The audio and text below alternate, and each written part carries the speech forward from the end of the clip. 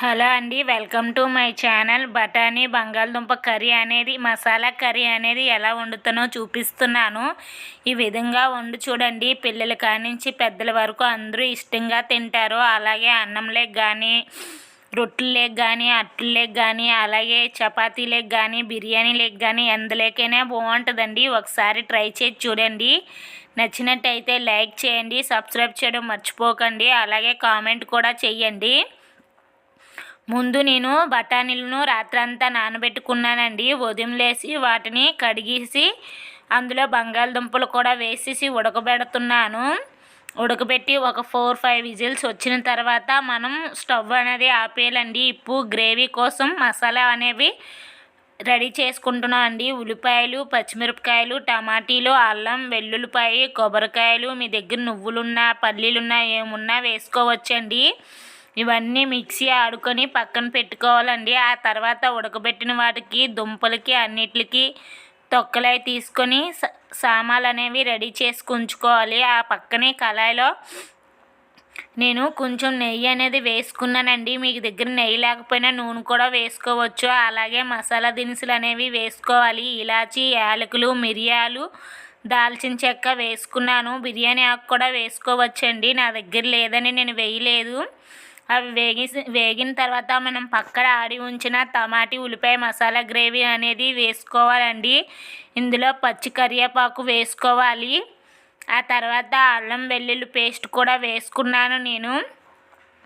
వేసుకున్న తర్వాత ఇందులో కొంచెం కారం, అంటే అందులో ఆల్రెడీ పచ్చిమిరపకాయలు వేసాం కాబట్టి కొంచెం చూసి వేసుకోవాలండి. తర్వాత పసుపు, తర్వాత ధనియాల పొడి, తర్వాత జీలకర్ర పొడి, గరం మసాలా అవన్నీ వేసి వేయించుకోవాలండి. ఉప్పు కూడా వేయాలి. నేను ఉప్పు వేయడం చూపించలేదు. ఉప్పు వేసిన తర్వాత ఇలాగా మనకి ఆయిల్ అనేది ఫుల్గా తేలాలండి. చూడండి, ఇక్కడ ఆయిల్ అనేది తేలుతుంది నాకు.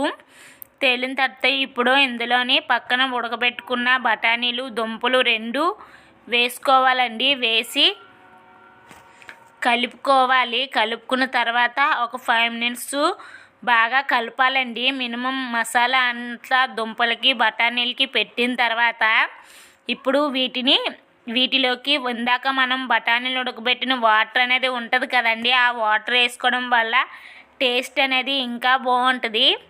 ఇప్పుడు ఇది ఎక్కువ వాటర్ వేయవసరం లేదండి. ఆల్రెడీ అన్నీ ఉడికిపోయినవే కాబట్టి ఇలాగా కలుపుకొని, చెప్పాను కదండి ఉప్పు కూడా వేసుకోవాలని. నేను ఇప్పుడు ఇందాక వేసాను, చాలేదు, మరి కొంచెం వేసుకుంటున్నాను. మీకు రుచికి తగినంత ఒకసారే వేసుకోవచ్చండి. ఆ తర్వాత నేను చాట్ మసాలా అనేది, చనా మసాలా పౌడర్ అనేది వేసుకుంటున్నాను. మీరు వేసుకోవచ్చు, లేకపోతే మీ ఆప్షనేనండి. కొంచెం పెరుగు కూడా వేస్తున్నాను. ముందు వేయవలసింది లాస్ట్ని వేస్తున్నాను మర్చిపోయి. మీరు ముందు అక్కడ గరం మసాలా అన్నీ వేసినప్పుడే పెరుగు వేసుకోవాలండి. ఆ తర్వాత అలాగా కలుపుకొని ఒక 5 మినిట్స్ వరకు ఉడికించుకుంటే మనకి బఠానీ బంగాళదుంప మసాలా కర్రీ అనేది రెడీ అయిపోతుంది. ఇది తినడానికి, చూడడానికి ఎంత టెంప్టీగా ఉన్నదో తినడానికి కూడా అంతే రుచికరంగా ఉంటుందండి. ఇలాంటి మంచి మంచి వీడియోల కోసం నా ఛానల్ని ఫాలో అవ్వండి. ఇంకా నా ఛానల్ని ఫాలో చేస్తూ ఉండండి. ఇంకా మంచి మంచి వీడియోలు మీకోసం